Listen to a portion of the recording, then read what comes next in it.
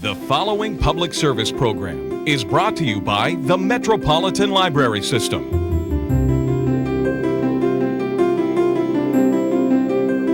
And now, Read About It with your host, B.J. Williams. We have a really great show for you today, including a talk with First Lady of Oklahoma, Kim Henry. She'll be here to tell us about the wonderful excitement at Septemberfest. But first, Ruby Soutier and Julie Mock of the Downtown Library are going to be telling us about cookbooks that you can check out at your library.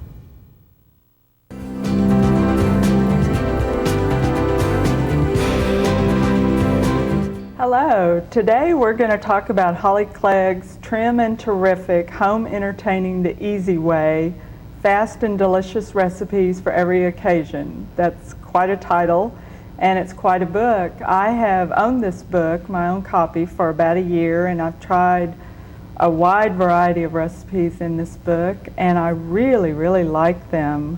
I like the fact that the food is lower in fat. I like the photographs, even though my food never looks like the picture. I just really think it's a great book. Julie, you also looked at this book. What did you think about it? I really like this this book too. I like Holly Clegg's cookbooks in general. This one is a little different in its format because this one is laid out with recipes for different events. There are recipes for a brunch, a lunch, a tailgate party, a Mexican fiesta, backyard barbecue, Sunday dinner, holiday events, with groups of recipes in there for those events. It also shows which ones are vegetarian and which ones are easy to freeze so that you could maybe prepare ahead for an event. And it also includes, because it's low fat, it also includes the nutrition information, which I really appreciate. All the recipes are wonderful, as they are in all her books, and it has gorgeous photographs, which makes the book very beautiful and visually appealing. Which ones have you tried, Ruby?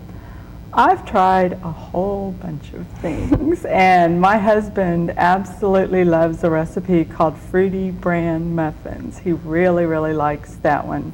Now there's another recipe where you take potatoes and you cut them in half and you make slits and you put breadcrumbs and Parmesan cheese and you roast them, kind of fan them out, and then you roast them in the oven, and those are absolutely wonderful. There's a recipe for yam biscuits where you use the lower fat Bisquick and sweet potatoes and spices, and you make biscuits that are really good. And my sister-in-law, who's kind of a picky eater, really likes those biscuits. My very favorite recipe is the white chocolate apricot oatmeal cookies, and they are low fat, yes, but they still have calories, and they're kind of my downfall because when I make them I just want to sit there and eat them because they just kind of melt in your mouth. They are so good.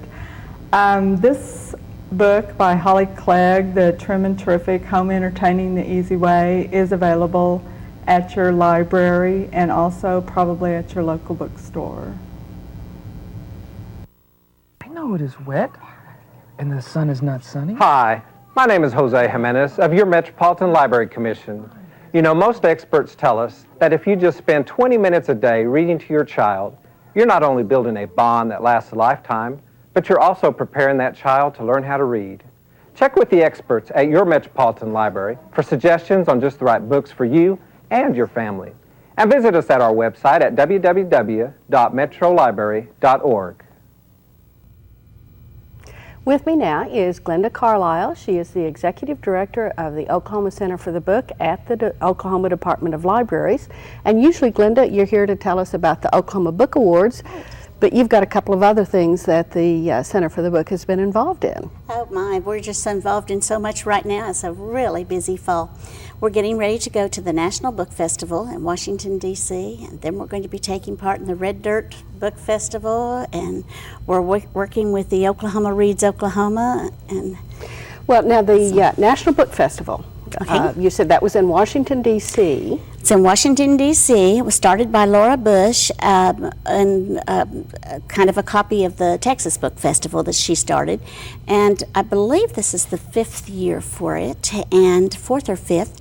And it's in the mall, Washington, D.C. They have over 90,000 people coming through. It's just a really spectacular event. Now they have authors from all over the country, well-known and not so well-known, but you, as the Oklahoma Center for the Book, what do you do at the Book Festival? Well, they have one big tent. They have authors' tents everywhere. One is a mystery tent, one is a romance tent, and biographies and all kinds of things going on with that. But then they have one huge tent that is for state libraries, our state centers for the book. And all of us have a table, and with that table we put things from our state. So we will have information about our Oklahoma Reads Oklahoma. We'll have bookmarks for children to pick up that are about being a librarian as a career. And we'll have information on just our book awards and the things that we do. And then they have a really fun event in which they make a map that has all of the United States on it, and then each state brings a stamp, either a stamp to stick on or a stamp to actually stamp on something about a book, a children's book from their state representing their state. And we've chosen this year. We have done in the past, we've done Will Rogers, and we did Grady for the Grady's Cow. Last year we had a cow for Grady. And this year we're doing Joyce Carol Thomas's book on I've Heard of a Land. So we've got a stamp with a covered wagon. And I mean, those kids come through trying to get a stamp from every state in the union. It's really fun. I'll bet. Now we have just about 15 seconds, but we do letters about literature, and we had a national winner. We have a national winner, and the Library of Congress and Target will be taking all the national winners to the National Book Festival, and they will read their letters at that time. And we have a girl from Jenks who wrote to Amy Tan.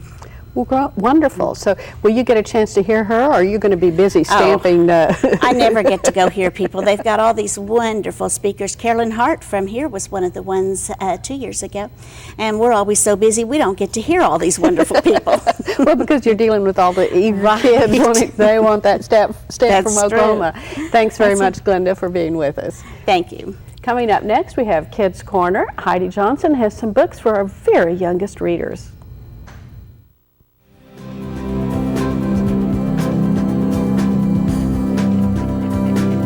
Hi, with us today is Heidi Johnson. She's from the Capitol Hill Library. She hides up in tech processing, but she loves children's books. And today she's brought a fabulous book called Cowboy Jose. It's by Susan Elia. And talk about this book for a little bit. Well, what caught my eye was, first of all, the beautiful illustrations. And then it's somewhat of a silly story, just a little bit. It's about Cowboy Jose and his horse. Like you said, I work in Capitol Hill, and there's a lot of Hispanic population in the area. And this one also is mostly English, but it throws in a few Spanish words.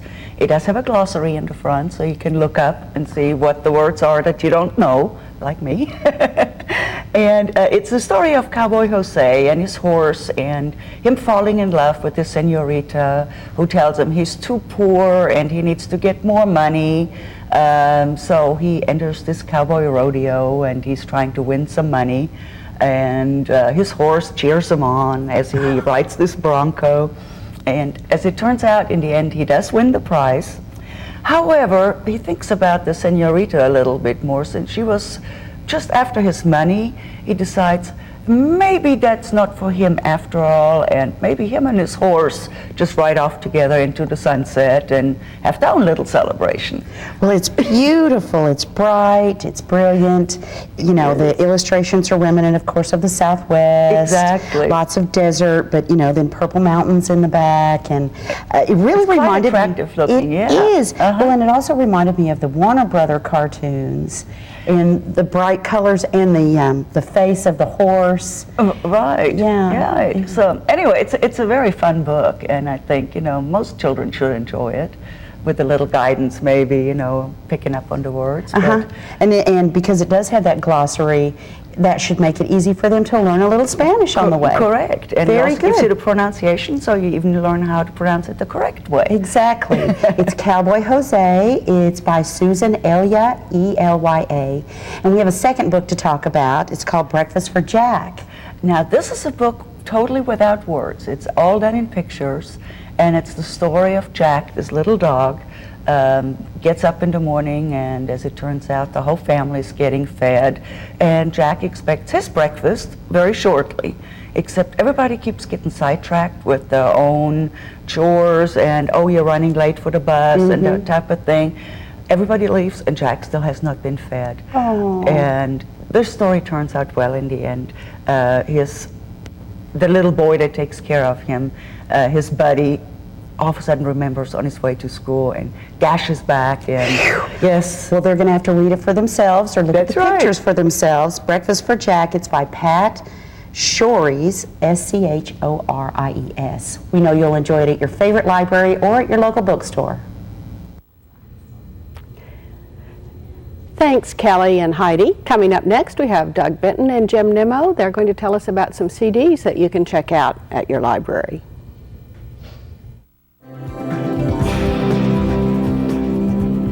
Jim, thanks for coming back to read about it. Well, contrary to popular opinion, I am here and glad to be here at the Cowboy Hall. And when you told me that we'd be taping here, I thought, well, that brings to mind cowboy yodeling, and then that led me on to think about opera, which some people think is yodeling in foreign languages. So I thought that would be appropriate, and that's what I've brought here today. We have 3 CDs featuring Renee Fleming, and also a book that she has written about some of her adventures on the opera stage. They demonstrate her wide range of talents. You know, she put herself through school by singing in jazz clubs. Oh, I didn't know that. And I don't know about the smoke. That was long before no smoking rules, but she got through that okay, obviously. I mean, she's singing at the Met and all the world-famous opera houses. And she's American, by the way. Some people think opera is always about foreigners, but it isn't. We have quite a lot of homegrown talent that is second to none compared to the rest of the world. Yeah, I know. Yeah, I agree with you. I think most people think of Italians and maybe a few Germans, but only for Wagner. Right. Yeah. Well, she doesn't sing Wagner, but she sings what people might think of the more melodious, tuneful type things. And just recently, she was at live from Lincoln Center, the Mostly Mozart Festival. She was in their opening concert, and she sang some Handel and a Mozart aria. Oh, well, watch for that. It'll probably be back around again. Probably, or if you had a friend that might have taped it for you. And it will probably appear on DVD at some point, too. Probably. So. These things are always little previews for their DVDs and CDs that come out later in the year. Okay.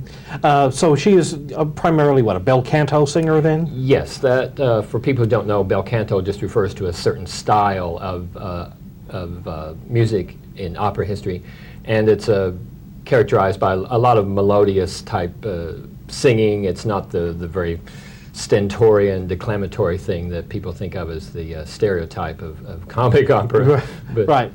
So perhaps who are some other singers of that style, in case people can connect names there then? Well, Maria Callas comes to mind first of all. Joan Sutherland, Beverly Sills. Sometimes it's called canary music, but there's more to it than just high notes and lots of fancy turns. Well, is she primarily then a singer of comic opera? She can. It just depends on how the role suits her voice and if she feels that it gives her a good advantage.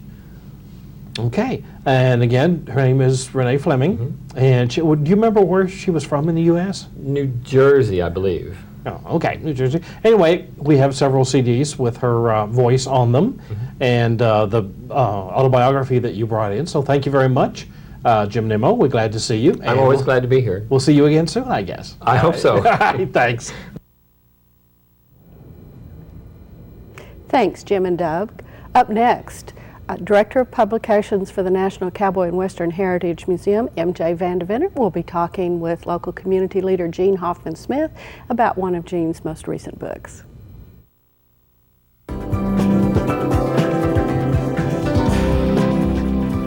Jeannie, welcome back to Read About It. Thank you. And Thank you're you, reading MJ. a book that sounds really fascinating, The Kite Runner by Khaled Hosseini. I think it's the best book I've read in at least 2 or 3 years. Really? And I was glad you asked me because I got to read it a second time, and it gets even better the second time. And the setting is Afghanistan. It's in Afghanistan, very timely that this was his first novel and that he would be writing about a country that we've begun to know about that we never knew anything about before. And it's really a father-son story, isn't it? Yes, it is. But it's fathers and sons in 2 different class structures: the servant class, father-son, and the wealthy father-son.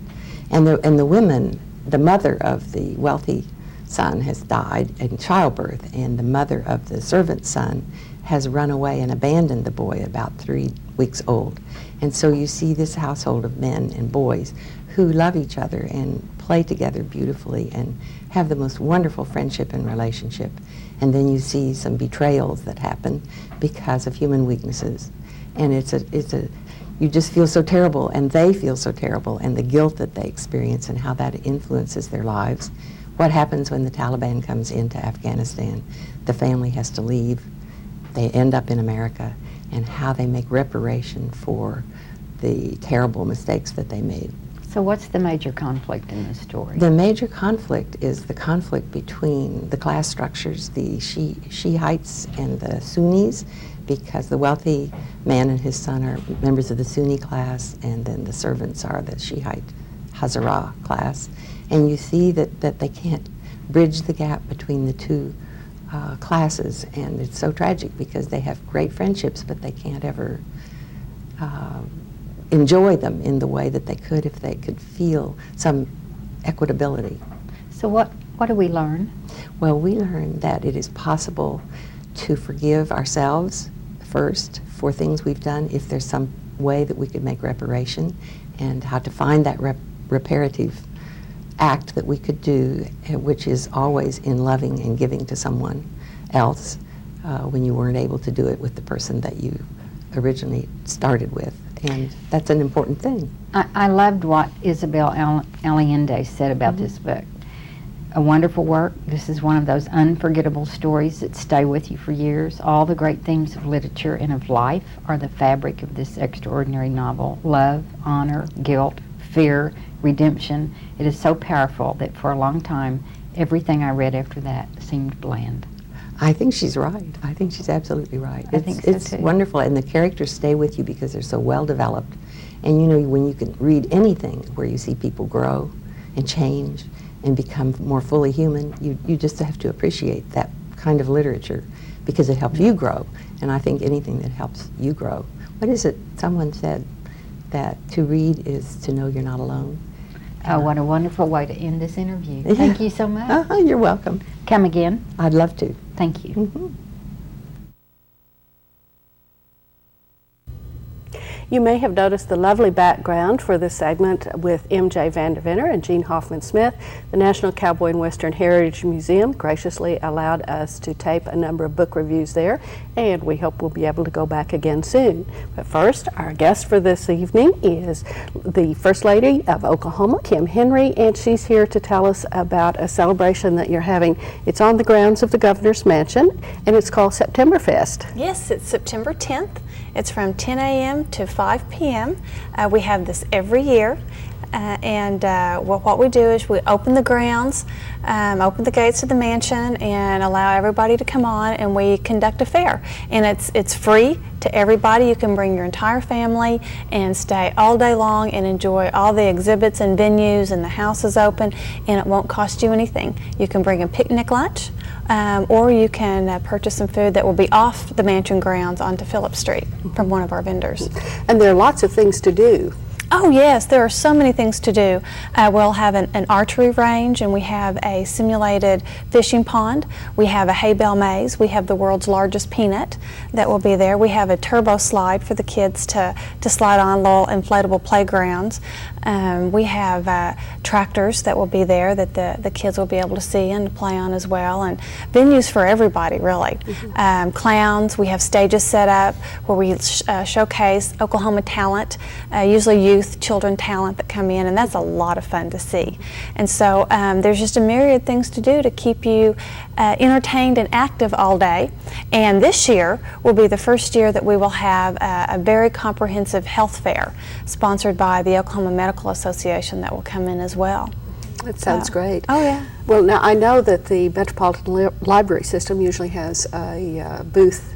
Yes. We loosely call it a booth out there, and they do storytelling. And I understand that even the governor and first lady have been known to come out and read stories. Yes, we will come out and we read stories throughout the afternoon to the kids.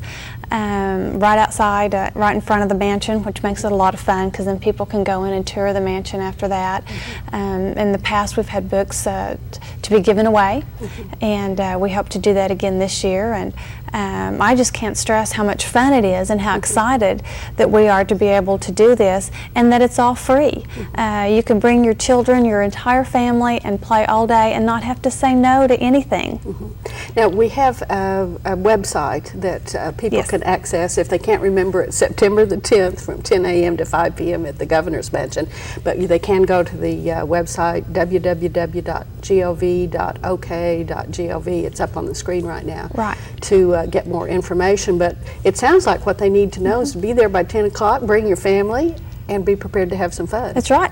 Water will be available throughout the grounds, free of charge. You know, if it's on the mansion grounds, it's free. And what we want to do is really provide an opportunity for people to enjoy their entire family all day long with all these activities and it not cost a fortune. Well, I think it's also a great opportunity for us to get to see the Governor's Mansion. It's usually not only occupied, but you're busy with functions going on all the time, and this way we can take a look. You know, unfortunately, because of the world that we live in today, you know, it's usually closed down for security reasons and not open to the public like it really needs to be. And so this is one day a year we can open the gates and say, come in, look around, make yourself at home, and see what there is here, and just enjoy yourself with the activities. Well, you know, I can hardly wait to see the world's largest peanut myself. Well, I'm kind of interested about this too. I've been hearing about it, and apparently they're bringing it in on an 18-wheel truck, 18-wheeler. Oh my word! So it's going to be quite large. So I can't. I'm pretty excited. It'll be the first year that we will have that.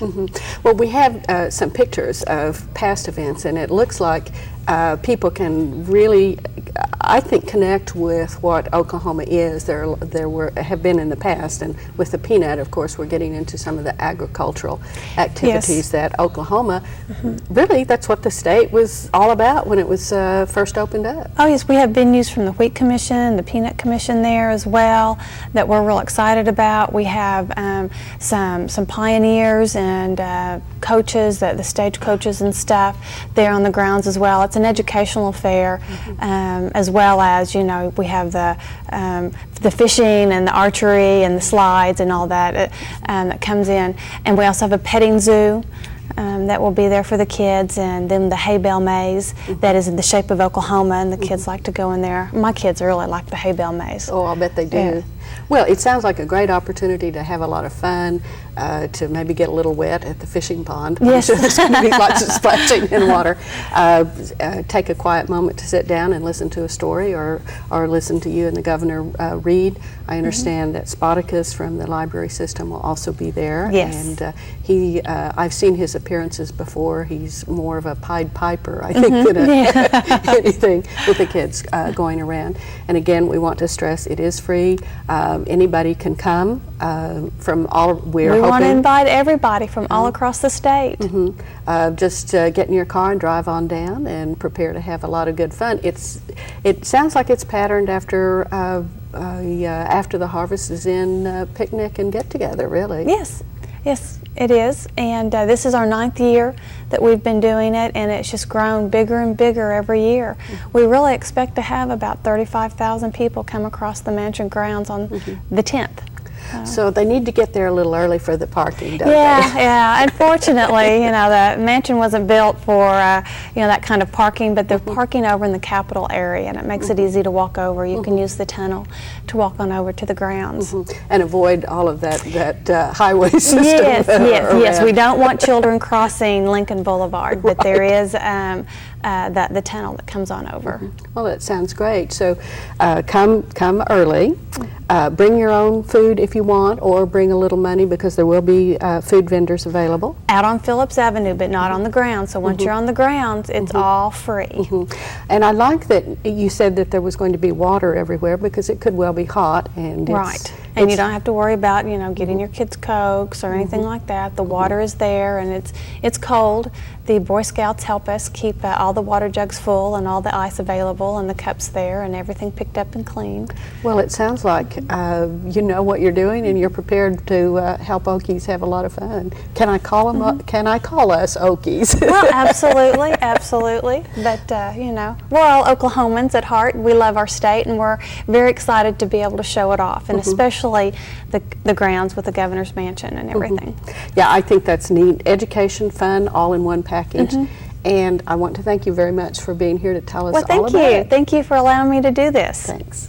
We've had with us First Lady Kim Henry. She's been telling us about Septemberfest. Remember, you can check the website or just show up at the governor's grounds on September the 10th by 10 a.m. to have a great time. Hi, I'm Donna Morris, Executive Director of your Metropolitan Library System. Experts tell us it's never too early to begin reading to a child. If you spend just 20 minutes a day reading to a child, you're not only building a bond that lasts a lifetime, but you're helping that child to prepare to learn how to read. Visit us at the Metropolitan Library System and let us help you select just the right books for you and your family. And be sure and visit our website at www.metrolibrary.org. Well, Doug Benton is sitting beside me, which means it must be Writer's Almanac time. Yeah, I think so. Yeah. But I don't see any paper in your hands.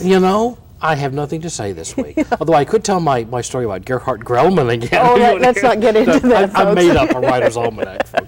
No, we won't do that. Okay. Well, quite a few things happened in September in history. In 476, the last Western Roman emperor was deposed, and that was the official end of the Roman Empire. In 1939, in September, Netherlands and Belgium declared their neutrality, and in 1944 they were liberated from the Nazis. Yeah, a lot of stuff went on in Europe in 1939 in September. It certainly did. I believe there were a few declarations of war, invasions of small countries, just the usual. The usual. But we ended it all in 1945 with the surrender of the Japanese, the official surrender, with everybody watching as they signed. But there was another important battle that was fought in September, very important for the United States. Back in 1781, it's something called the Battle of Virginia Capes.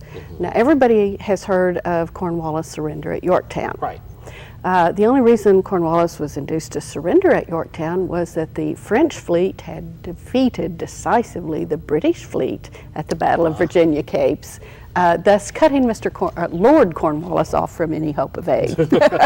I'm being signaled that we're out of time. You can check it all out at your library at www.metrolibrary.org. Thanks for being with us. We'll see you again next time.